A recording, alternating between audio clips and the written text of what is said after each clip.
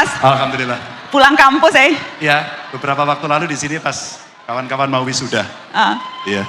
Pulang kampus, Mas Ganjar tuh masih ketua alumni UGM nggak sih? Sampai hari ini masih alhamdulillah. Sampai hari ini masih ketua alumni UGM. Jadi, Tapi nggak boleh ada konflik of interest loh, saya Ganjar aja. Ganjar Pranowo. Iya. Mas Ganjar, formatnya seperti tadi. Oke. Akan dibagi 3 segmen dan ini segmen pertama, spill gagasan.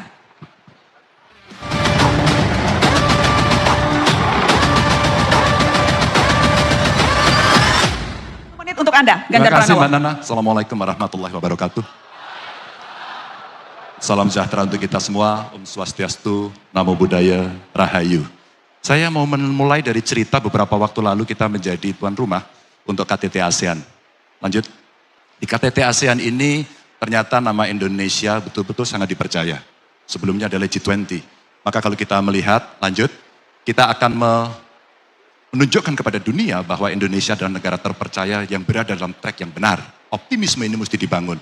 Tentu ada mimpinya seperti yang ada di situ.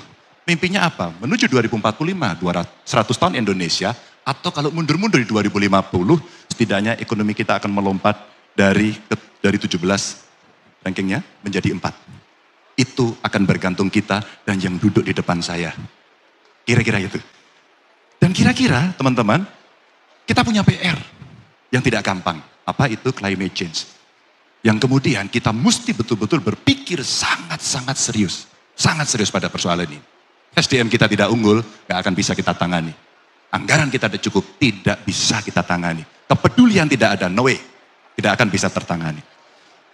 Pada sisi itu, saya kira yang hadir di sini, teman-teman yang duduk di depan ini, yang di atas, di balkon semuanya, pasti akan menjadi bagian apa yang disebut sebagai bonus demografi. Di layar terpampang, kelas menengahnya ada 44%, dan kemudian tenaga produktifnya 69%. Sebuah aset yang tidak main-main. Tidak main-main. Maka pada saat itu, inilah yang hari ini mesti kita siapkan betul untuk meraih itu.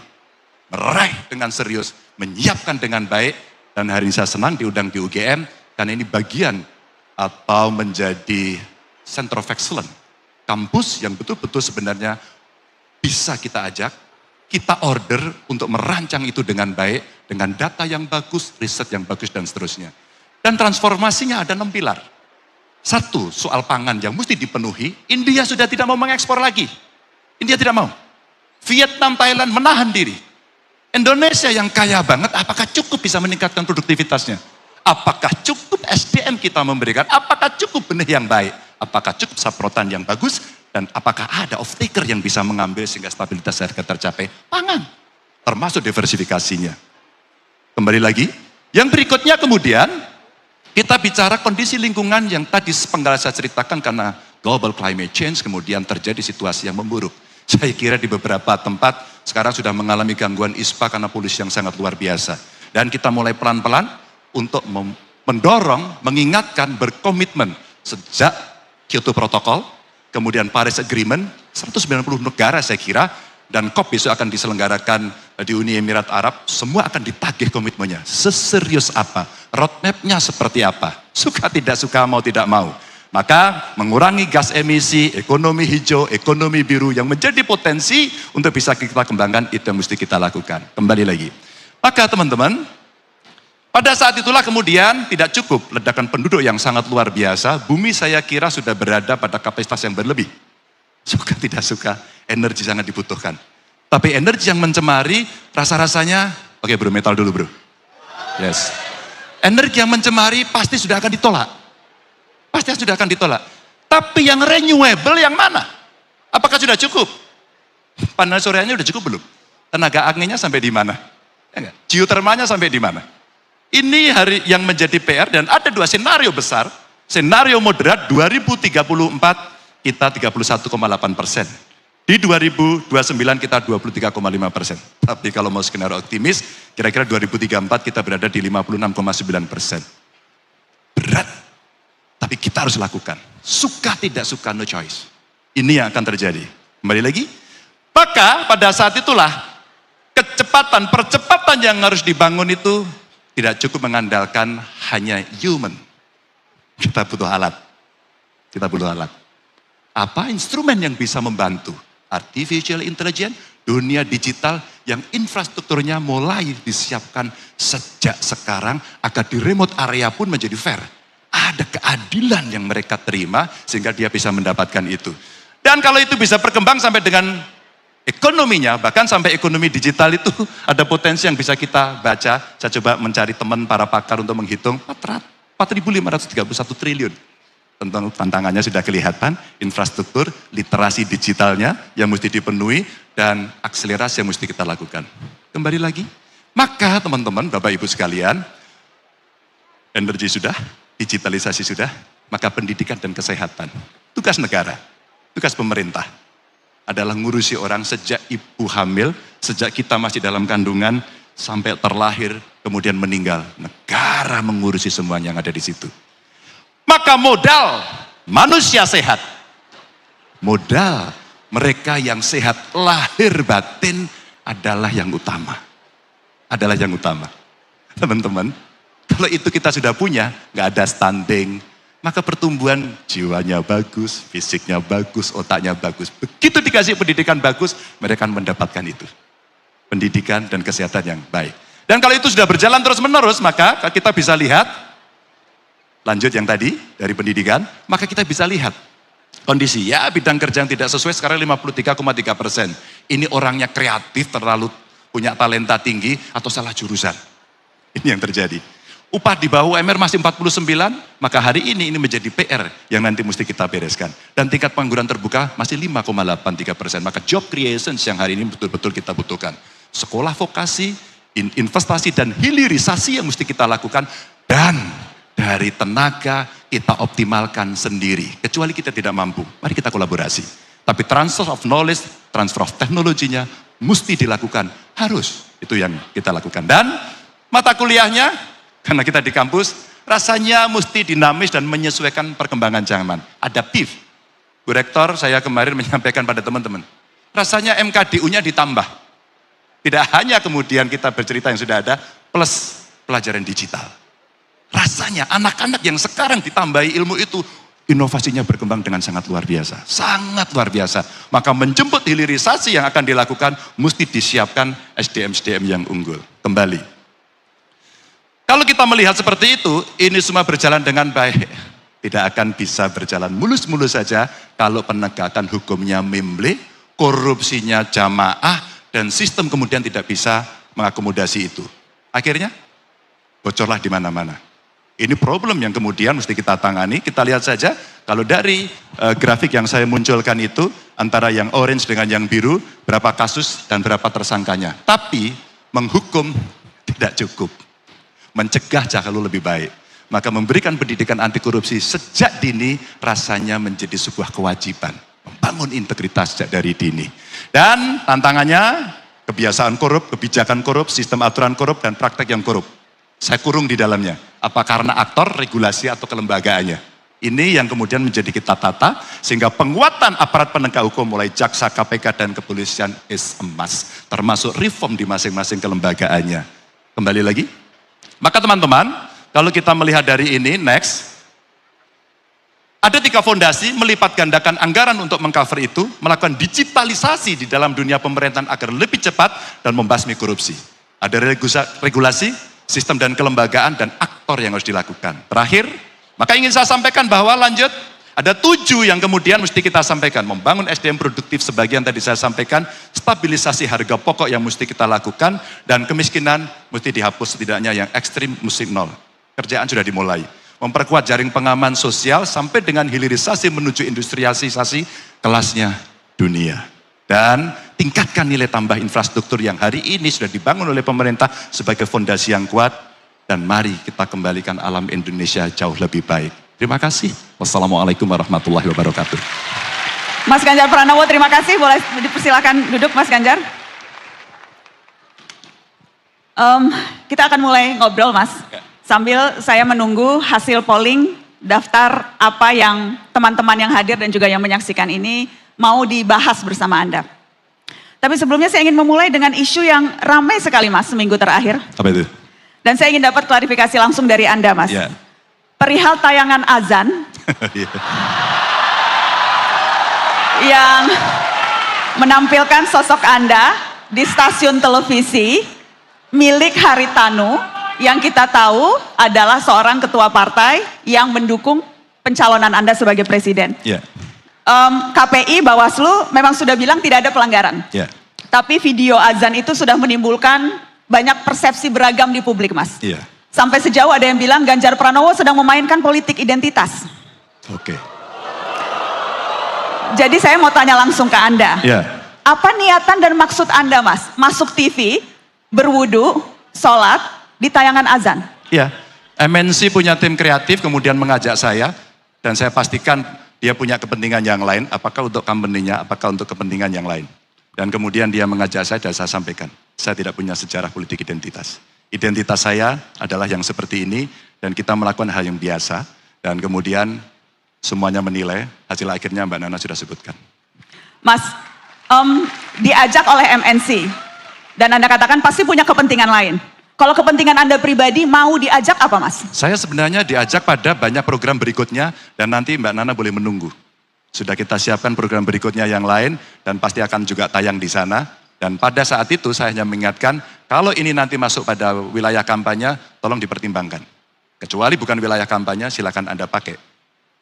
Dan itu akan terjadi. Apakah berarti Anda memanfaatkan masa belum kampanye ini, ketika belum ada aturan yang spesifik akan menarget, dan juga memanfaatkan Anda belum dinyatakan resmi sebagai calon presiden, untuk menunjukkan Ganjar Pranowo seorang yang religius? Saya akan menunjukkan diri saya sendiri. Saya menunjukkan saya suka lari, saya menunjukkan apa saya komunikasi dengan masyarakat, saya menunjukkan sikap-sikap yang lebih jelas.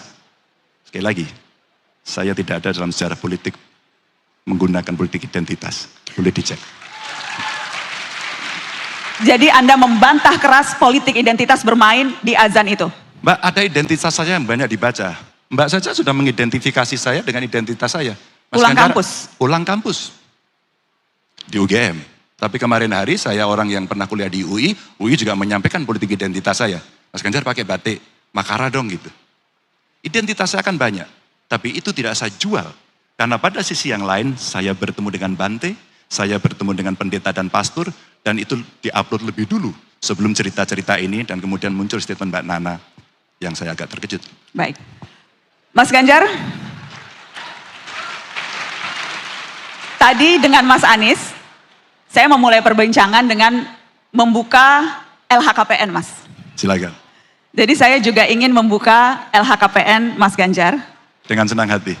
Yang memang sudah terbuka untuk publik, kita akan tunjukkan. Dan saya sudah laporkan LHKPN terakhir saya 5 hari, kurang lebih 3 hari setelah saya selesai. Mas, ini yang terbaru nggak ya, Mas? Ketika kekayaan Anda 13,45 miliar?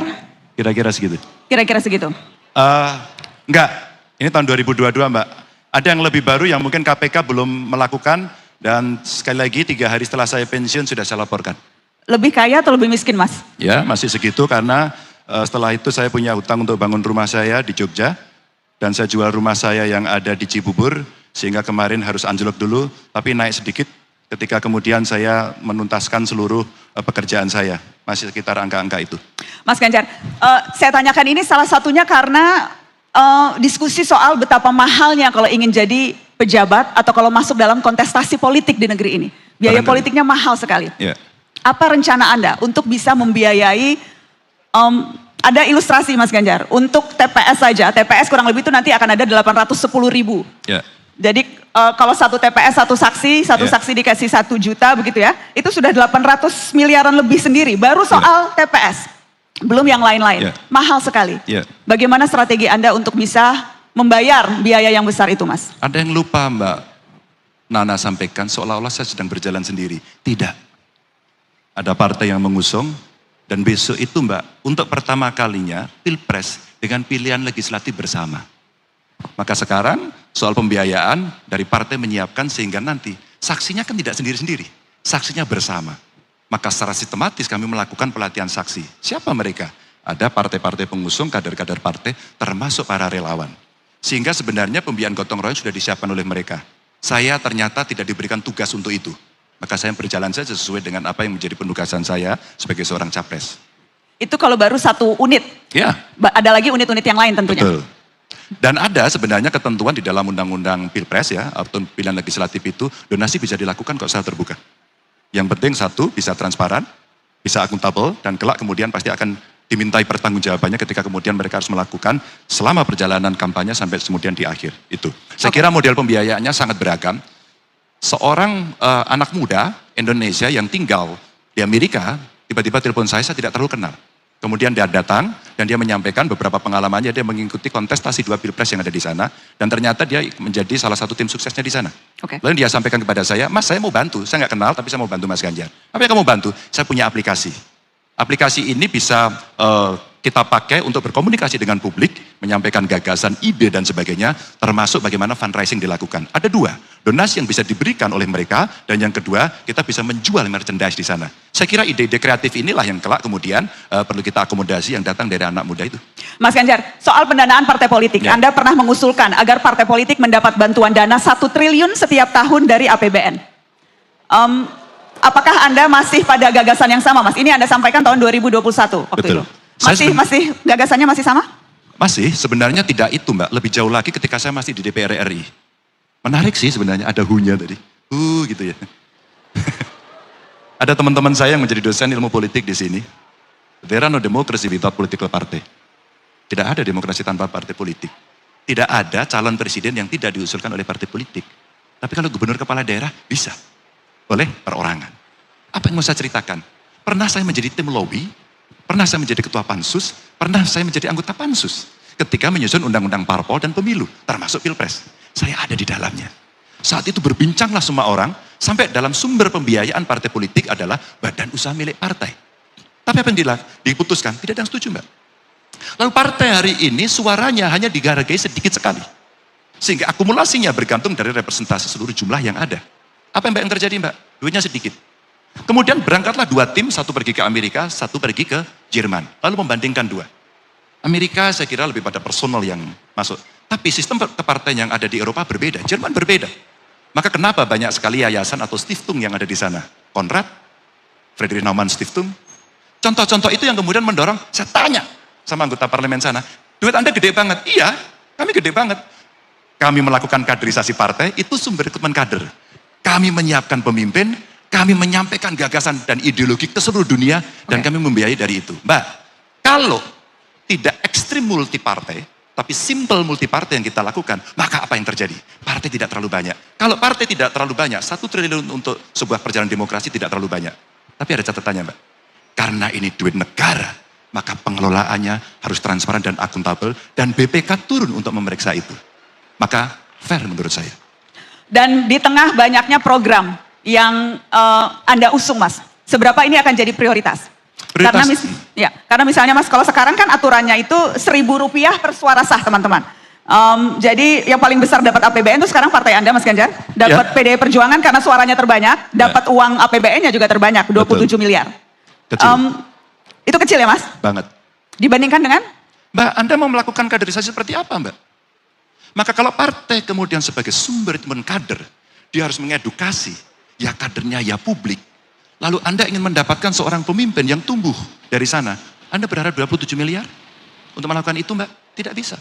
Akhirnya blended. Saya umpama bagaimana cara saya mengembangkan diri saya sendiri. Bagaimana kemudian saya pernah berhubungan dengan banyak sekali lembaga-lembaga donor yang ada di sana dan kami diskusi. Itu yang kemudian kita lakukan. Oke. Dan seberapa itu akan jadi skala prioritas Anda Mas Ganjar, atau ini tidak terlalu penting dibandingkan tadi agenda prioritas Anda? Sorry Mbak, 2 hal berbeda dari pertanyaan ini. Jangan confuse dulu Mbak. Itu anggaran untuk partai Mbak, tidak untuk pilpres. Maka kalau kemudian kita akan agendakan itu, tentu itu ranah partai. Ranah saya adalah ngurus negara, ranah saya adalah dalam konteks pilpres, maka bukan dengan anggaran itu kita gunakan. Tapi yang saya ceritakan pertama. Lalu kami akan lakukan sudah yang tadi kami sampaikan, 3 pondasi, nggak banyak Mbak. Pondasi pertama adalah bagaimana kemudian anggaran itu bisa naik, tidak bocor, kemudian kita bisa membiayai sekolah. Yang miskin bisa mendapatkan sekolah terbaik sampai di UGM ini atau di perguruan tinggi yang lain, dan kemudian guru, dosen bisa mendapatkan penghasilan yang layak, risetnya bagus, persoalan diselesaikan oleh mereka secara kolaboratif. Digitalisasi pemerintahan agar governance lebih baik, agar kemudian integritas terjaga, dan sekali lagi Mbak, tidak bocor. Karena kalau kita ketemunya masih orang-orang terus-menerus, tidak bisa Mbak. Pasti akan terjadi negosiasi. Dan korupsinya mesti dibasmi. Tiga saja yang menjadi fondasi utama. Baik, Mas Ganjar, saya akan tunjukkan hasil polling apa topik yang ingin dibahas malam ini bersama Anda. Silahkan. Kita lihat ada pilihan 6 topik. Oh, yang paling tinggi korupsi dan penegakan hukum, Mas. Pasti. Jadi nyambung ke yang tadi Anda katakan soal itu. Oke, masuk ya. Masuk, Mas. Masuk. Nyambung ternyata. Masuk Pak Eko. Masuk, Mas Ganjar. Ya. Korupsi dan penegakan hukum, Mas. Saya mau tanya soal ini, Mas. Ketua Umum Anda, Mas, Ibu Megawati Soekarno Putri. Ibu Mega sempat mengeluarkan pernyataan, bubarin saja KPK, tidak efektif. Saya mau tanya, Anda sependapat dengan Ibu Ketua Umum?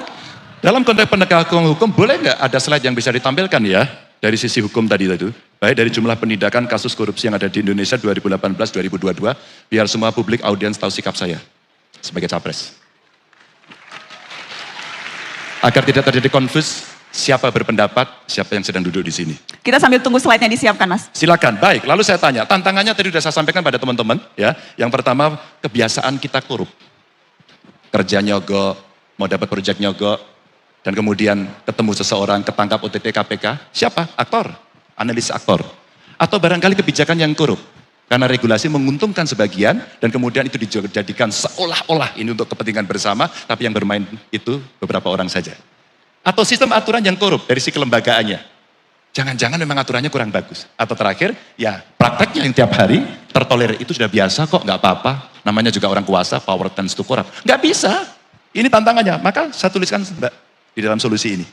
Penguatan kejaksaan KPK dan kepolisian yang disebut sebagai APH. Clear? Masih Jadi bertanya tidak lagi? sependapat bahwa KPK harus dibubarkan, malah justru harus dikuatkan. Sepakat, dikuatkan. Sepakat dikuatkan. Artinya, Mas, saya mau follow up dengan pertanyaan. Itu bisa tertuduh nanti, itu oligarki. Tapi itulah effort yang bisa dilakukan. Kalau kemudian semua dalam satu barisan sepakat, maka apa yang akan dilakukan itu bukan hal yang sulit. Penguatan lembaga, KPK Anda sudah memberikan komitmen akan memperkuat KPK. Bagaimana dengan polisi, Mas Ganjar? Sama Mbak. Polisi saya kira Polisi kurang kuat, Mas, sekarang. sangat. Sekarang orang Terlalu kuat? bukan. Hari ini orang membicarakan polisi secara terbuka kok Mbak. Betul. Secara terbuka. Saya kira sudah ada tim reformasi kepolisian yang dilakukan. Orangnya juga banyak yang representatif dari banyak kelompok masyarakat. Dan salah satu nama yang saya ingat adalah Najwa Shihab. Anda tim reformasi tim percepatan reformasi hukum. Ya, saya termasuk salah satu di dalamnya. Dan rekomendasi kami memang seperti itu, Mas. Salah satunya itu. Dan menurut saya, rekomendasi dari kelompok independen yang dibentuk oleh negara, mewakili negara kan Mbak ya, mestinya dipakai dong. Suka atau tidak suka, tinggal kita berbicara. Ketika itu iya, maka bagaimana caranya? Cara kemudian diberikan kepada publik sebagai bentuk partisipasi dan akuntability. Maka kemudian semuanya akan didorong bagaimana itu bisa lahir. Maka pada saat saya sekolah diajarkan oleh profesor saya, apa itu political interplay dan apa yang dimaksud sebagai political pressure. Agar kemudian itu bisa berjalan sesuai kehendak rakyat. Kehendak rakyat Mbak. Tinggal itu saja. Adakah satu ide konkret, Mas, soal reformasi kepolisian, hal yang akan Anda lakukan spesifik, apakah dalam penguatan kelembagaan, atau dalam hal seleksi masuk menjadi polisi, atau dalam hal peningkatan kualitas profesionalisme mereka, dari sekian banyak reformasi yang diperlukan di tubuh kepolisian ini, mana menurut Anda yang jadi urgent sekali? Dua. Satu sistem, dua aktor. Tidak ada yang tidak pernah mendengar pendekar keadilan yang luar biasa di kejaksaan. Baharudin Lopa. Itu yang teriak mahasiswa hukum.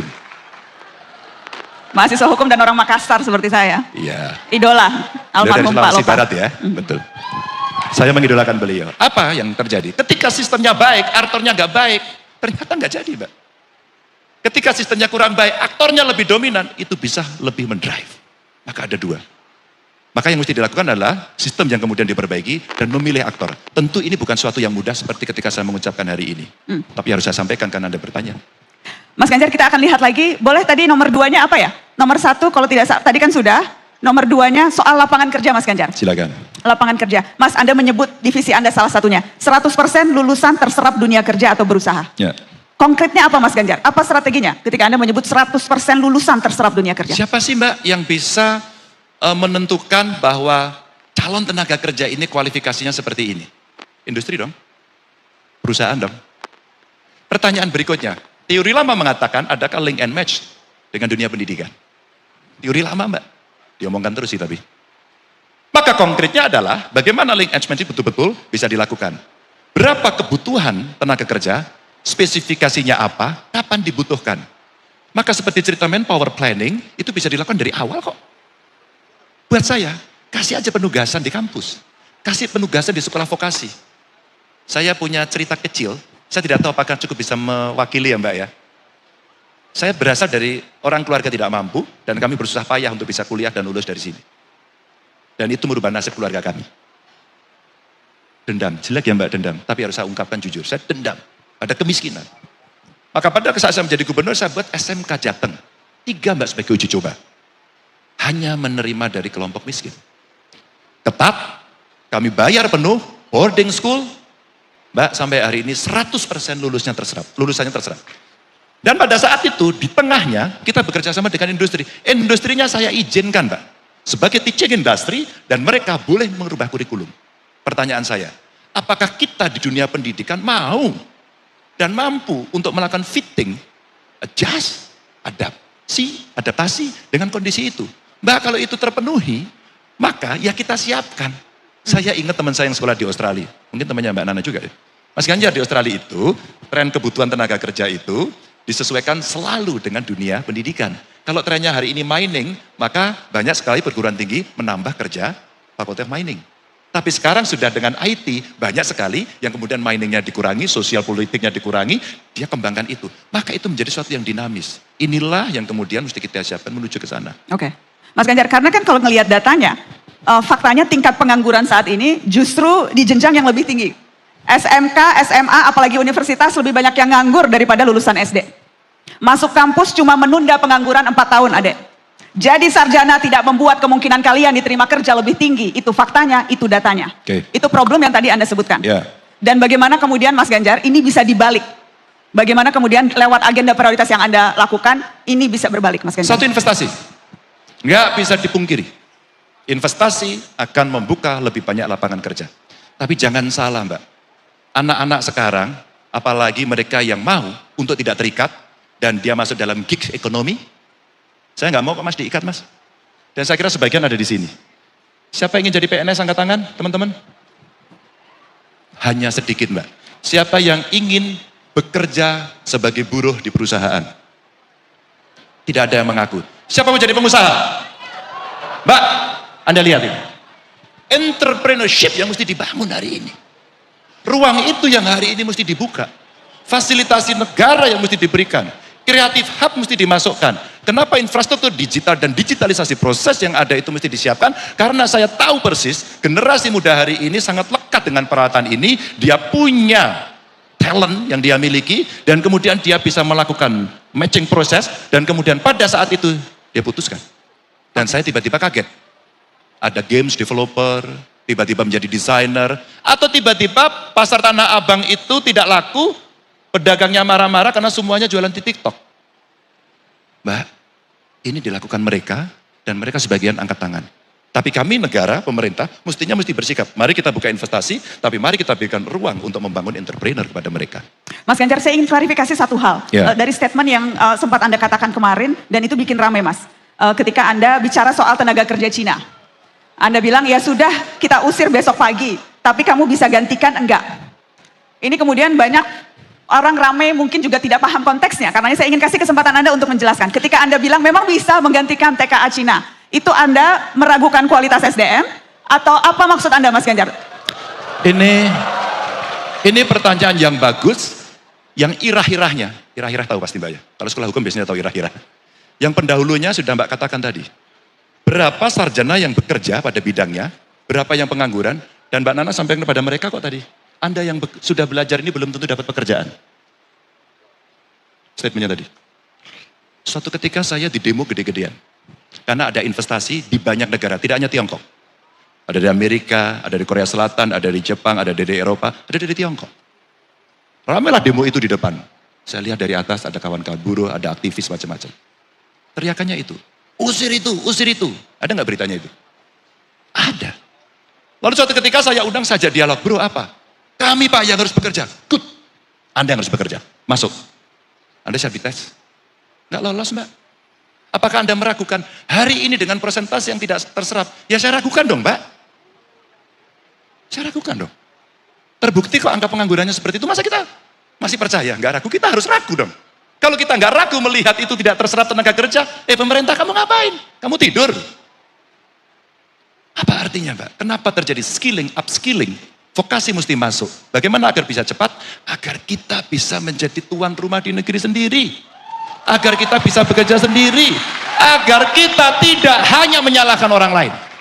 Dan kemudian seolah-olah kita anti investasi, dan kita bicara, usir mereka, usir kelompok itu, masuk pada isu sara, isu etnis, dan dikembangkan semuanya. Nggak mau, Mbak. Investasi masuk ke Indonesia harus ada jaminan. Maka saya sampaikan, loh jangankan yang itu, kalau mereka sudah tidak Anda kendaki, kita usir besok pagi. Tapi kita bisa apa enggak? Jangankan membuat. Anda nginstall alat itu bisa apa enggak? Mbak, ini sebuah dialog proses panjang yang sering kali muncul dan tidak ada orang yang berani menjelaskan dengan tegas. Apa sebenarnya yang terjadi? Maka kenapa kemudian saya bicara, vokasi mesti disiapkan, infrastruktur pendidikan disiapkan, anggaran ditambah, guru pengajar diberikan penghasilan yang baik. Mbak, ya 10 besar lulusan terbaik itu jadi dosen. Oke. Ya dong, masa jadi MC? Siapa Mas MC? Saya jurnalis bukan MC. Bukan ya, jurnalis lah kalau gitu. Dan jurnalis profesi yang membanggakan loh Mas. Oh iya, maksud saya kalau Mbak lulusan 10 terbaik, kalau kemudian lulusan terbaik kan sebuah harapan bahwa dia kembali ke kampus dan kemudian mengajarkan ilmunya. Itu aja sebenarnya. Mas Ganjar, kita akan lihat pertanyaan berikutnya yang diminta oleh teman-teman untuk disampaikan. Silakan. Ini kebebasan berpendapat Mas Ganjar. Silakan. Jadi tadi pertanyaan ini juga saya tanyakan ke Mas Anies Mas. Ya. Saya waktu itu, kok kemarin, baru tadi Mas, 2 jam yang lalu bertanyanya dengan meminta bakal calon presiden yang lain untuk memberikan skala penilaian. Oke. Bagaimana menilai atmosfer kebebasan berpendapat di negeri ini. Ya. Mas Anies kasih nilainya tadi 5 atau 6. Dan memberikan contoh kalau kita masih menyebut Wakanda dan Kohona sebagai pengganti Indonesia dalam berpendapat, maka masih ada problem. Itu tadi kata Mas Anies. Ya, ya. Saya ingin tanya pendapat Anda, berapa nilainya Mas kalau Anda kasih? Kita bicara kebebasan berpendapat. 7,5. Lebih baik, 7,5. Mbak, saya tiap hari dibully kok Mbak. Saya menuntut mereka tidak. Karena paradigma berpikir saya, mereka yang meneriaki saya, mereka membuli saya waktu itu sebagai gubernur, mereka sedang memberikan koreksi dan energi buat saya, tidak saya penjarakan kok. Mereka yang menyebut dan takut itu karena pasti memang ada tekanan. Dan itu 2,5%. Mari kita lihat. Yang keras kayak apapun, yang ngomongnya sekasar apapun sampai hari ini dipenjara Mbak. Nah, diterima. Kalau kita melihat seperti itu, oh Mbak, hari ini yang namanya medsos, aku keluarin dulu dong. Ini ngomong sebebas-bebasnya. Setelah saya acara ini, aku yakin nanti, 1 jam setelah ini, banyak omongan-omongan yang dipotong dan kemudian dikomentari. Apakah saya akan menuntut? No, tidak. Karena kemarin terjadi setelah saya bicara di UI. Pada saat saya bicara di UI, dosen pembimbing saya semuanya, Mas Ganjar terima kasih. Anda menjelaskan dengan jelas, ada yang kami setuju, sebagian kami tidak setuju, oke. Saya hormat, saya terima kasih. Inilah kampus, inilah mimbar, inilah kebebasan. Ada catatan ini. Mas Ganjar masa digituin? Anda jelaskan dong. Saya tidak perlu. Karena dia anonim, dia pengecut, bukan seorang pemberani. Oke. Mas Ganjar, itu kalau bicara Mas Ganjar sebagai pribadi dan pejabat publik menanggapi itu. Tapi kalau bicara data, lain lagi datanya Mas Ganjar. Silakan. Kontras misalnya bicara data dalam kurun waktu Juni 2022 sampai Juli 2023 setidaknya ada 183 peristiwa pelanggaran hak terhadap kebebasan berekspresi. Yeah. Mulai dari serangan fisik, digital, penggunaan perangkat hukum, hingga intimidasi. Oke. Jadi ya masih problem kalau kita bicara data. Bukan hanya sekedar persepsi Mas Ganjar. Saya kasih komen. Silakan Mas. Perbandingannya berapa? Sayang tidak ada perbandingan. Umpama, sekian orang berbicara, Kontras atau siapapun lembaganya melakukan riset. Inilah ujaran-ujaran umpama. Hate speech. Inilah hoax. Inilah bully. Terus kemudian dari sekian yang ada, sekian ditangkap. Kalau itu bisa dihadirkan di forum ini, maka kita boleh. Kalau persentasenya itu terlalu tinggi, saya yang salah. Mas, saya bukankah satu saja sudah terlalu banyak kalau orang harus terintimidasi karena pendapat pandangannya? Oke. Kalau kemudian itu yang Anda, satu orang saja tidak. Ketika kemudian yang lain tersinggung, apakah kita akan membiarkan seperti saya membiarkan mereka? Maksudnya Mas? Mbak, saya tidak pernah menuntut. Tapi ketika kemudian aparat penegak hukum katakan ya melihat, Mbak Nana kemarin nyerang Ganjar dan Anda melanggar A, B, C, D, Anda dihukum nggak? Satu saja. Ini hukum atau bukan? Kalau iya, maka hukum dengan sistemnya akan punya tempat untuk mereka melakukan appeal. Dia mau banding, dia mau kasasi. Tapi kalau satu kemudian dicatat dan ya mas satu saja tidak, ya udah kalau gitu bebas saja. Saya mau maki kalian di depan dengan kalimat yang kasar, dengan kebun binatang. Apakah itu Mbak Indonesia? Apakah itu yang dimaksud budi pekerti? Apakah itu guru-guru kami mengajarkan kepada kami sehingga kami saling tidak hormat antar sesama? Yang mana Mbak? Kalau Anda mau ekstrim pada tingkat itu, oke, mas satu orang saja ini. Mbak, nggak ada yang sempurna Mbak. Nggak bisa kita menjadi orang pemimpi pada soal itu. Kita mesti down to earth dan kita katakan, bro kamu salah. Kami minta maaf kamu atau dihukum. Persepsi atas orang takut berekspresi mas, itu juga misalnya ditunjukkan lewat hasil survei. Indikator Politik Indonesia tahun 2002 misalnya menemukan 62% masyarakat semakin takut mengeluarkan pendapat. Dan itu dikatakan mereka yang usianya di bawah 40 tahun. Jadi generasi yang besar di era demokrasi. Sekali lagi ini persepsi, tapi ini persepsi yang terangkap oleh metodologi ilmiah atau survei. Saya cuma hanya ingin apakah setelah melihat ini mendengar data nilainya tetap 7,5 atau Anda ingin mengubah nilainya? Saya orang konsisten Mbak, hitam atau putih bukan abu-abu. Tetap 7,5 walaupun data dan menunjukkan itu. Silakan, karena Anda menampilkan data ini dan Anda menampilkan data sebelumnya dan saya challenge itu. Terima kasih Mas Ganjar. Sama-sama Mbak. Saya akan kasih kesempatan. Kenapa saya bilang terima kasih dengan sangat imut? Karena itu penanda bagian saya sudah selesai Mas. Sekarang saya mau lempar ke teman-teman yang ada di audiens, teman-teman Sivitas Akademika. Sebelum saya lempar random, saya akan mempersilahkan para dosen ya Mas. Yang sudah kemudian juga saya dapat namanya dari teman-teman UGM. Ada Dr. Ari Sujito, dosen Departemen Sosiologi Visipol UGM. Dr. Ari ada di mana? Hai Mas. Silakan, silakan. Terima kasih Mbak Nana. Selamat malam Mas Ganjar. Malam Mas. Mas, dari 3 dari 6 pilar yang tadi Mas Ganjar sebut, soal pangan, soal energi, soal pendidikan dan kesehatan. Saya ingin juga ajak Mas Ganjar, kira-kira 10 tahun lalu Anda kan sebagai Komisi 2 di DPR. Mas Ganjar juga kemudian jadi gubernur. Saya pengen Mas Ganjar bicara soal masa depan desa. Problem kemiskinan, ketimpangan dan sebagainya itu alamatnya rata-rata di desa. 75.400 sekian desa. Sejak Undang-Undang Desa nomor 6 tahun 2014 ada kemajuan yang cukup serius. Tetapi problem hari ini yang mungkin menjadi PR untuk dipecahkan buat Mas Ganjar adalah, dan ini menjadi problem kita masyarakat Indonesia adalah, desa itu mengalami birokratisasi baru, sampah teknokrasi yang berlebihan, akibatnya ruang mereka untuk membuat inovasi-inovasi itu mengalami keterbatasan. Sehingga kalau soal pangan, soal energi, mereka tidak dibenahi, mereka tidak diberdayakan, saya agak ragu itu. Di antaranya saya ingin catat, sekarang terjadi fragmentasi kelembagaan, Kementerian Desa, Kementerian Dalam Negeri, dan Kementerian Keuangan. Saya mau challenge Mas Ganjar. Anda mau melakukan apa itu? Rubah. Dengan cara apa?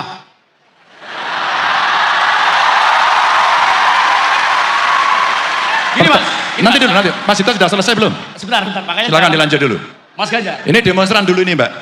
Ya, sama kita Kelihatan, sering demo di bundaran soalnya. Kelihatan Mas. Udah enggak, makanya kita challenge sama-sama demonstran. Mas Ganjar. Apa? Saya kira soal dana desa yang besar, Jokowi pernah bilang nih, sebenarnya perputaran dana yang mestinya kita manfaatkan itu cukup. Sekali lagi, kalau misalnya Anda presiden, ini kan capres ya. Tantangan terbesar untuk menghubungkan 3 kelembagaan, 3 kementerian, itu bukan pekerjaan mudah. Tapi saya tantang, apa yang Anda lakukan untuk mengkonsolidasi agar desa ini tidak terjebak pada birokratisasi berlebihan. Sehingga otaknya desa itu, elit-elit desa ini tidak sekedar soal jabatan terus. Tapi bicara soal terobosan-terobosan yang dibuat berdasarkan undang-undang desa itu. Satu, kalau boleh teruskan satu lagi, Mas Ganjar. Apa? Ini saya serius Mas Ganjar ya. Loh saya itu 2 rios Mas, apa berdiri kalau gitu? Boleh berdiri nggak Pak? Silakan Mas. Boleh. Silakan. Panggung Enggak, untuk kita Anda. hadapi sesama Panggung laki-laki. untuk Ganjar Pranowo, silakan. Gimana Mas Cito? Mas Ganjar. Orang menilai Mas Ganjar ini adalah juga sebagian mau melanjutkan gagasan Jokowi soal desa. Apa yang akan dilanjutkan dari Mas Ganjar dari Jokowi, catatan tentang desa, dan apa yang perlu dikoreksi soal desa? Itu aja. Makasih. Oh kirain gini-gini tadi masih terus. Oh, kita kan ya Pak Warek ya takut saya. Mbak jawabnya boleh berdiri nggak Pak? Boleh Mas. Soalnya tadi gini-gini. Boleh Mas, silakan. Mas Hari. Mas Hari ini sebenarnya bertanya yang dia sudah tahu waktu bahas undang-undang desa saya diskusi sama dia. Ada kita bocorin aja. Lo gak enak masa sesama friend kita mau bicara. Tapi pertanyaan substantif. Mas Hari, ketika membahas undang-undang desa, Yang ada adalah Enggak Mas, maaf, bukan. Kesalahan teknis Mas. iya enggak. Kadang-kadang sampai mana aku tadi ya? Pada saat membahas undang-undang itu, semua berbicara keaslian, asal usul. Dan saya tidak pernah lupa pada soal itu. Mas Ganjar asal usul desa. Kalaulah kemudian kesempatan itu nanti muncul, Mas mari kita revisi undang-undangnya. Kita sudah belajar betul. Maaf sekali lagi pada kawan-kawan desa, maaf. Kalau soal masa jabatan, mari kita bicara. Tapi soal substansi, mari kita diskusi.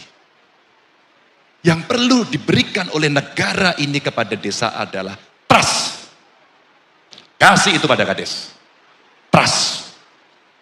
Ketika trust, maka pemerintah jangan terlalu ngatur banyak-banyak. Apalagi kalau itu soal anggaran dana desa. Habis.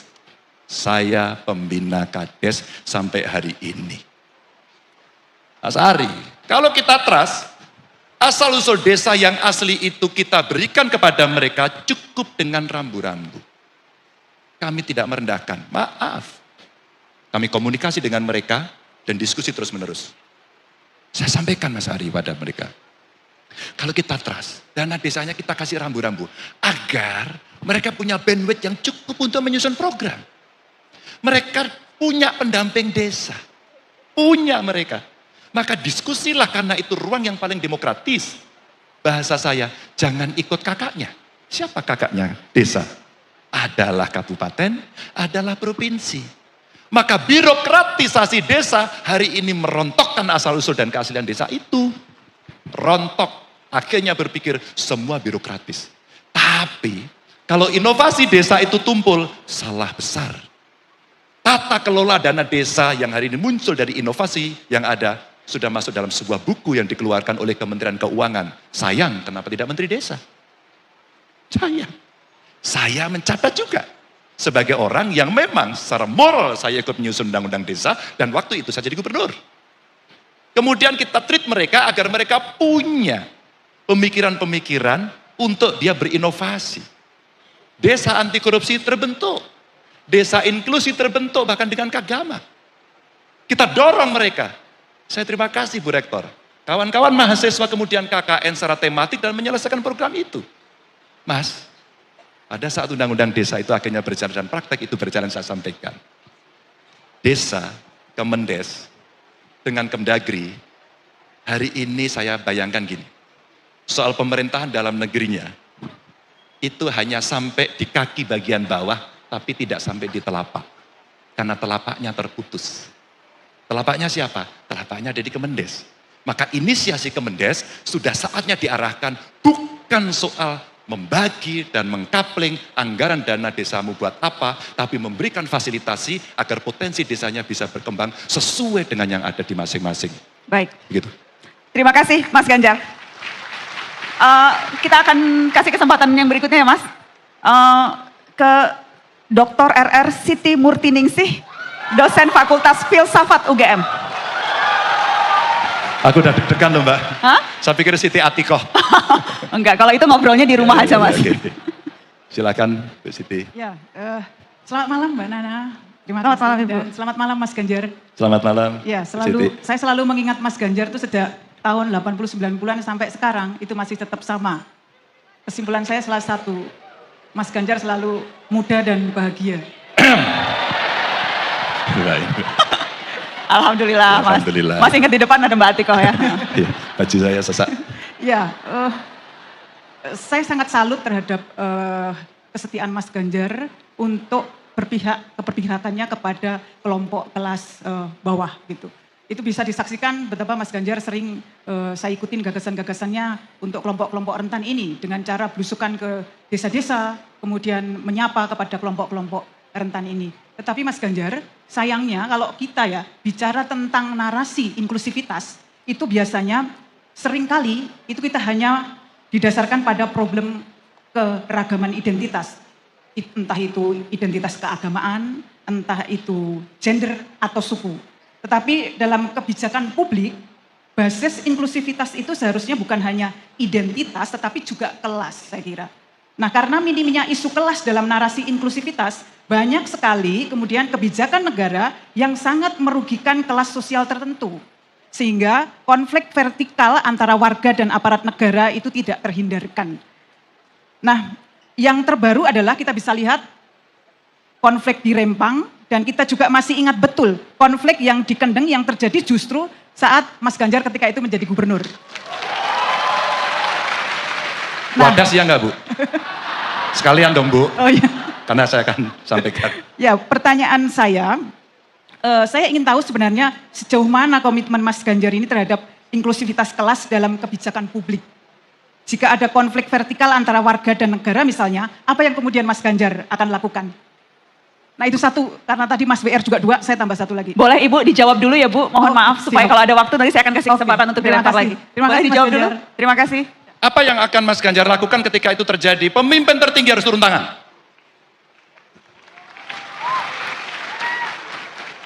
Rempang sekarang menjadi diskusi Bu Siti. Mas Ganjar masih ingat Kendeng, saya selesaikan Kendeng Bu. Pada saat saya masuk, saya tidak akan menyalahkan, saya penanggung jawabnya. Ganjar Pranowo penanggung jawabnya. Ketika Ganjar terpilih 2013, proyek itu sudah ada. Cuman tradisi kita tidak terlalu banyak orang mau saya yang salah dan bertanggung jawab. Maka ketika kemudian tidak selesai dan menjadi isu nasional, yang harus dilakukan oleh seorang pemimpin, kamu sendiri yang harus turun tangan menyelesaikan, bukan orang lain. Oke Bu. Dan akhirnya yang dikatakan oleh Mas Ari tadi adalah bagaimana kita mendorong kekuatan yang ada di sekitarnya, dan itu dalam konteks pemerintahan adalah desa, maka dialah yang kita ajak. Itulah inklusivitas dalam pembangunan versinya Ganjar Pranowo dalam praktek. Bu, saya belajar dari banyak orang. Di kampus ini saya diajarkan kerakyatan, di kampus ini. Di kampus ini saya diajari melawan, Bu. Bunderan itu kalau bisa bercerita, dia akan bercerita apa yang dilakukan oleh anak-anak UGM pada saat itu, bagaimana dia berpihak, bagaimana dia melawan. Dan itu pendidikan yang tidak pernah saya dapatkan di kelas saya, tapi di kampus ini saya dapatkan.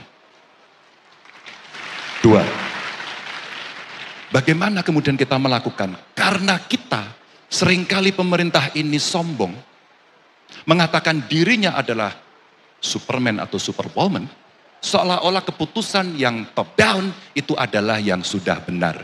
Bu, itu salah.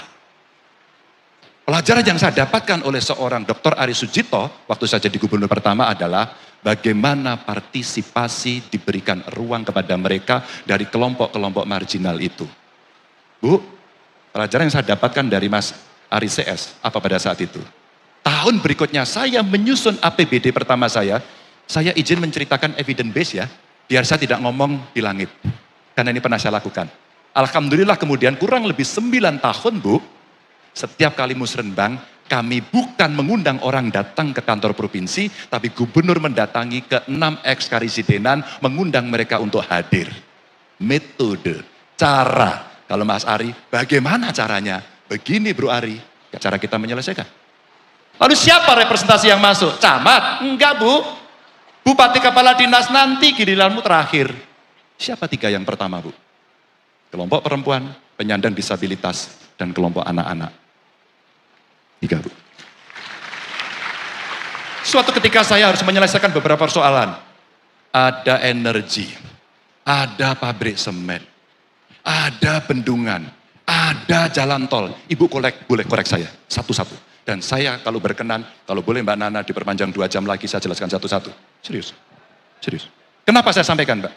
Pada saat saya datang, Bu, persoalannya kadang-kadang tidak terlalu rumit. Saya harus menghormati satu rumah ketika Brexit terjadi. Brebes exit, macet lebaran. Kamu udah lahir belum? Udah, Alhamdulillah. Tahu cerita Brexit? Tahu ya? Enggak, ya pasti masih kecil. Apa yang terjadi? Satu rumah tidak mau minggir Bu. Pak Ganjar ini gimana? Sudah, biarkan saja. Disewa dulu sampai kemudian lebarannya selesai. Jadi arus lalu lintasnya begini Bu, di tengahnya ada rumah satu, kemudian orang melingkar. Setelah selesai, kita lobby, kita datangi, kita sampaikan penjelasan berkali-kali, dan saya bukan orang yang mampu sendirian Bu. Saya undang tokoh masyarakat Bu, Saya undang tokoh agama untuk membantu menyelesaikan. Bukan untuk mengajak dalam politik identitas. Tapi menyelesaikan persoalan itu. Menyelesaikan persoalan itu. Apa yang terjadi Bu? Alhamdulillah beres. Tapi Bu masih menyisakan satu lagi. Setelah selesai ternyata tanah yang dipakai itu dibelah jalan. Karena tanahnya agak luas. Yang dibeli yang kena jalan, sisanya nggak dibeli Bu. Pak Ganjar tolong sampaikan pada pemerintah. Ini tinggal sepetil. Tinggal secuil. Tolong ini diberi sekalian. Dan saya lakukan itu satu persatu. Mungkin ini tidak memuaskan. Tapi ketika persoalan itu tidak selesai dan membuat persoalan besar. Pemerintah tertinggi harus turun tangan. Minimal di wilayah itu. Jangan pernah cuci tangan. Harus turun tangan untuk membereskan. Tapi, nggak ada sepeda lo ini. Tapi, ketika kemudian seperti Rempang dan sebagainya, yang hari ini sudah terjadi, maka dalam konteks ini harus segera ada yang turun tangan. Cuma ke depan bagaimana? Libatkanlah mereka. Karena eksistensi mereka dalam kelompok kelas Bu Siti sampaikan tadi, faktanya ada. Sehingga dalam perdebatan itu kemarin Mbak Nana yang nanya kepada saya, Mas Ganjar, kalau posisi seperti ini gimana? Enggak apa-apa, itu di enklave aja. Masyarakatnya biar di situ di enklave. Atau kemudian kita ajak, oke, ini mau dibangun, kamu terlibat. Kamu bagian dari pemilik. Kamu harus mendapatkan prioritas pertama di tempat itu. Kalau kamu unskilled, mohon maaf, kamu harus diwajibkan. Atau perusahaannya diwajibkan untuk membereskan dia. Agar kemudian pekerjaan yang ada di situ membuat orang yang ada itu naik kelas. Baik. Terima kasih. Terima kasih Mas Ganjar. Saya akan langsung kasih kesempatan ke perwakilan Majelis Wali Amanat yang dari mahasiswa. Ada Lintang Laksito Kinanti. Ada di mana? Ya, ini perwakilan mahasiswa yang juga sekarang menjadi perwakilan di Majelis Wali Amanat. Silakan Lintang. Ya, selamat malam Pak Ganjar. Malam Lintang ya. Perkenalkan saya Lintang dari Fakultas Filsafat. Ya. Kamu muridnya Bu Siti bukan? Oh iya, benar. Bu Siti termasuk dosen yang baik atau yang killer? Loh kok malah saya yang ditanya Pak Ganjar? Lah kan saya pengen tahu. Oh iya, biar jelas kamu Pak. berani menilai. Oh jelas, Bu Siti itu sangat baik sekali Pak Ganjar. Alhamdulillah. Ya Bu. Ya, mungkin saya izin bertanya, karena kapabilitas saya sebagai mahasiswa tentu saya juga pengen isu yang di sekitar saya saja. Oke. Sejauh pembacaan saya kurang menemukan Bapak berbicara mengenai isu pendidikan, terutama pendidikan tinggi. Jadi ini saya berbicara tidak hanya pada baca pres, tetapi seorang ayah yang yang mengkuliahkan anaknya di universitas. Nah, berbicara tentang pendidikan tinggi, PTNBH jadi salah satu persoalan yang dituntut untuk hidup mandiri dan bertambah. Tetapi anggaran pendidikan tinggi itu hanya 0,6% dari APBN atau 8,2 triliun rupiah. Dan belum dibagi ke PTN dan PTS lainnya. Anggaran APBN itu 3.000 triliun. Dari angka itu bayangkan bahwa hanya 8,2 triliun untuk pendidikan tinggi. Ini sebenarnya kalau ada Bu Rektor saya juga pengen nanya, bukankah begitu Bu Rektor? Tapi mohon maaf lagi ada wakilnya Pak Ari. Nah, ada wakilnya. Ya, jadi di mana akan rentan justru memberatkan rakyat untuk memperoleh pendidikan tinggi seperti biaya kuliah yang tinggi, UKT, uang pangkal atau komersialisasi pendidikan lainnya. Apakah Bapak akan melanjutkan kebijakan pendidikan yang sudah ada atau merubah regulasi yang lebih berkeadilan? Karena jika kita lihat makin ke sini orientasi pendidikan itu malah mendorong pendidikan untuk komersil. Nah, sebenarnya ini saya juga ingin mengutip salah satu panutan saya kira Pak Ganjar juga mengenal. Pak Kusnadi Harjo Sumantri pernah berkata, mari bebaskan bangsa kita dengan pendidikan karena hakikat pendidikan adalah pembebasan manusia. Sekian, terima kasih. Terima kasih Lintang. Silakan Mas Ganjar. Lintang pernah baca bukunya Ivan Illich nggak? Gerakan Pembebasan kalau nggak salah ya. Wah, mohon maaf belum. Ini kapasitas saya rendah. Waktu itu enggak, kamu bagus banget tadi filsafat. Saya waktu demo itu dikasih buku, saya bisa lupa judulnya, kira-kira itulah. Di bukunya itu dikatakan, sekarang belajar sudah digantikan dengan sekolah. Camkan baik-baik. Pak Ganjar apa yang dilakukan? Kita rubah menjadi pendidikan yang berkeadilan. Oke Lintang. Bagaimana kemudian? Apakah PTNBH jalan? Jalan aja enggak apa-apa. Loh, oke. Siapa yang hari ini merasa diri dan keluarganya berasal dari keluarga tidak mampu? Oke. Tidak mampu? Boleh berdiri? Yo, siapa tadi yang ngaku? Kamu nggak angkat tangan toh? Betul? Boleh. Maaf. Jangan tersinggung ya, maaf. Orang tuanya kerja apa? Guru honorer. Ngajar di mana? di SD Negeri 2. Boleh tahu pendapatannya? 600-700, itu di mana itu? Di Gumelar, Banyumas. Guru SD honorer, negeri atau swasta? Negeri, SD Negeri. Negeri 2 Samudra. Good point. Apakah kamu kesulitan membayar sekolah di sini? Kebetulan saya bidik misi di Fakultas Kedokteran Gigi UGM.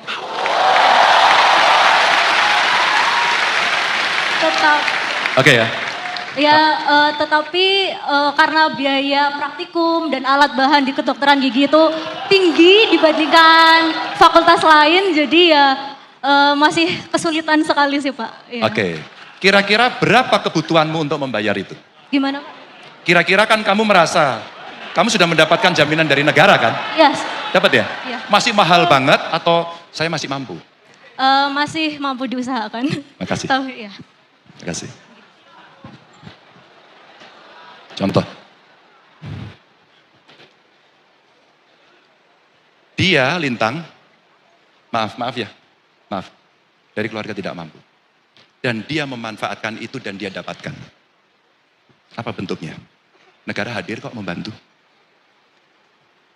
PTNBH, tapi dia mendapatkan bidik misi. Yang dibutuhkan kemudian dalam konteks hari ini, saya kira kalau dia kesulitan, rasanya, namanya siapa tadi lupa aku? Namamu siapa? Siska? Stella? Sela, iya Sela. Sela kemudian mengalami kesulitan selama berproses. Maka saya berharap betul dalam konteks hari ini, Lintang hari ini dulu ya, hari ini dulu. Maka ini mesti kita selesaikan bagaimana berkomunikasi dengan pengelola perguruan tinggi. Karena kami umpama, mendapatkan kami itu kagama umpama, mendapatkan itu, maka kreativitas kita bantu. Yuk kita kasih bantuan kepada mereka. Kita bergerak. Tapi bagaimana nanti, maka akses itulah yang kemudian lebih mudah. Maka bagaimana nanti, Lintang, kamu mestinya menyebut persentase, kira-kira begitu. Bahwa anggaran itu 20% untuk pendidikan. Problem yang mesti kita bongkar adalah 20% anggaran untuk pendidikan itu untuk apa? Kalau kemudian itu bisa kita pecah, kita bongkar, kita kupas, jangan-jangan anggaran itu lebih banyak bisa diberikan kepada perguruan tinggi negeri. Tapi Pak Ganjar nggak pernah membahas ini dari tadi. Hari ini kamu bertanya, maka konseptualnya saya kasih, maka kata Mas Ari, bagaimana caranya? Uangnya dari mana? Dulu ada video itu ya. Pasti kamu nonton itu. Ya, dari mana? Kalau kita berpikir linear, maka yang terjadi adalah given hari ini ada duit 20% dibagi-bagi habis, maka kami tidak bisa.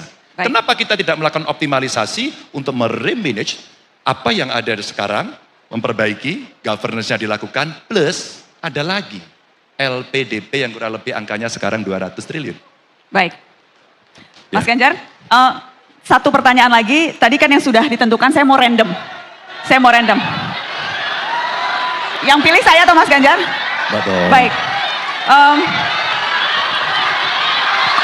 Mbak, Yes Mas. yang milih, sebentar. Yang milih Mbak Nana, tapi saya boleh nggak minta? Karena satu toh, Boleh Mas. yang perempuan. Yang perempuan. Saya sebetulnya pengen di atas-atas tapi yang dekat. Ini Iya udah dong, maju. yang atas pasti, yang ya. atas. Terserah, Tapi terserah. Ini, kenapa? Oh di luar UGM Mas. Jadi Oh, saya kasih. boleh. Oke. Boleh karena di luar Boleh, UGM ya, karena memang ini kita buka untuk umum Mas. Jadi Oke, kita bagus, yang lain. Silakan Adek. Assalamualaikum warahmatullahi wabarakatuh. Waalaikumsalam warahmatullahi. Perkenalkan nama saya Syarifah Asya. Kebetulan saya berasal dari tanah kelahiran Baharudin Lopa yang disebutkan sama Bapak Ganjar tadi. Bentar, kamu dari mana? Sulawesi Dari Barat? Pambusuang, Sulawesi Barat. Mamuju? Pambusuang Pak. Kalau Mamuju itu provinsinya. Oke. Saya di Kabupaten. Di Kabupaten. Pulau Mandar. Pulau Mandar? Pulau Mandar, ya. Oke. Adek mahasiswa di Jogja? Mahasiswa Sekolah Tinggi Pariwisata API Yogyakarta. Oh. Oke. Silakan Adek.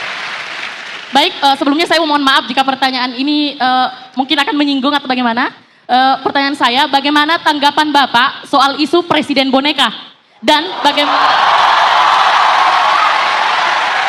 bagaimana tanggapan Bapak mengenai citra PDIP di mata masyarakat saat ini yang kita tahu, tanda kutip selalu jadi bahan ejekan di sosial media. Yeah. Bukankah itu sebuah sinyal penolakan? Terima kasih. Assalamualaikum warahmatullahi wabarakatuh. Terima kasih. Bagus. Terima kasih. Presiden adalah presiden. Dia menjalankan amanat penuh dari konstitusi yang ada. Titik, tidak ada komanya. Oke? Dari waktu ke waktu, kamu bisa menilai bagaimana sebuah keputusan bisa diambil, seboneka apa mereka mendapatkan pengaruh dari luar. Apakah dari pengusungnya, apakah intervensi dari proksi negara lain, ataukah dari kelompok. Kalau kemudian satu persatu bisa diperbandingkan, maka penilaian itu akan bisa kamu dapatkan. Tapi presiden adalah orang yang disumpah untuk menjalankan konstitusi. Dia punya independensi penuh. Mas Ganjar, Anda mau menanggapi pertanyaan kedua tadi? Soal citra PDI Perjuangan yang tadi disebutkan, apakah Anda ingin menanggapi? Oh, oke. Tidak ada demokrasi tanpa partai politik dan saya katakan di awal. Teman-teman, saya mau cerita dikit ya. Saya ketika seusia Anda, saya sudah anggota partai. Dan semua orang nyinyir. Saat demo di Bundaran, saya ingin menyampaikan kepada teman-teman, berdiskusi sama teman. Kita demo terus kok nggak pernah ada hasil. Apa yang mesti kita lakukan? Kita harus masuk dalam sistem untuk bisa mengambil keputusan. Saya masuk partai dan saya diledek. Lalu saya menjadi anggota DPR dan saya berhasil, bukan berhasil lah. Akhirnya diminta untuk memimpin beberapa pansus, Parlemen Rules umpama. Saya diminta untuk menyusun undang-undang kewarganegaraan. Saya menjadi ketua pansus undang-undang parpol. Saat itu, ketika isu gender muncul, saya putuskan pengurus partai 30% perempuan. Karena saya ada di situ dan dengan tangan saya putuskan. Manfaat. Saya sekolah di UGM, saya tidak pernah lupa akan sejarah UGM, bagaimana keraton, kampus, dan kampung itu jadi satu. Pada saat itulah peran Sri Sultan Hamengkubuwono IX besarnya minta ampun. Beberapa partai tidak setuju undang-undang keistimewaan. 10 menit saya putuskan ketua panjanya namanya Ganjar Pranowo. Sejak putusan itu undang-undang keistimewaan lahir setelah belasan tahun tidak pernah putus. 2. 3. Saya akan jadi gubernur. Dipercaya oleh masyarakat. Saya hanya minta satu saja. Halo? Saya hanya minta satu saja.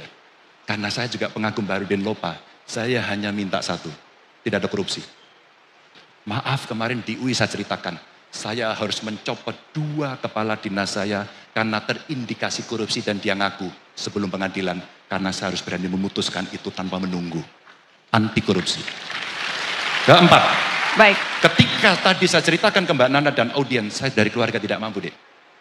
Bagaimana agar anak-anak itu bisa bersekolah. Bagaimana dia bisa mengakses pendidikan. Dia dari keluarga tidak mampu. Saya keluarkan APBD. Menanggung biaya mereka penuh 100%. Mereka di Jepang, mereka di Korea, mereka di perusahaan besar. Dan dia jadi tulang punggung keluarganya untuk mengentaskan kemiskinan. Karena keputusan itu.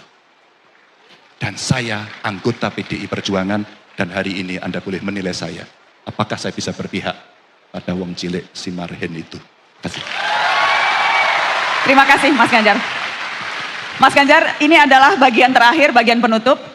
Dan saya ada satu pertanyaan penutup yang tadi juga saya sampaikan ke bakal calon presiden Anies Baswedan. Dan sekarang saya juga ingin minta kesediaan Anda untuk menjawab dan menyampaikan refleksi Mas.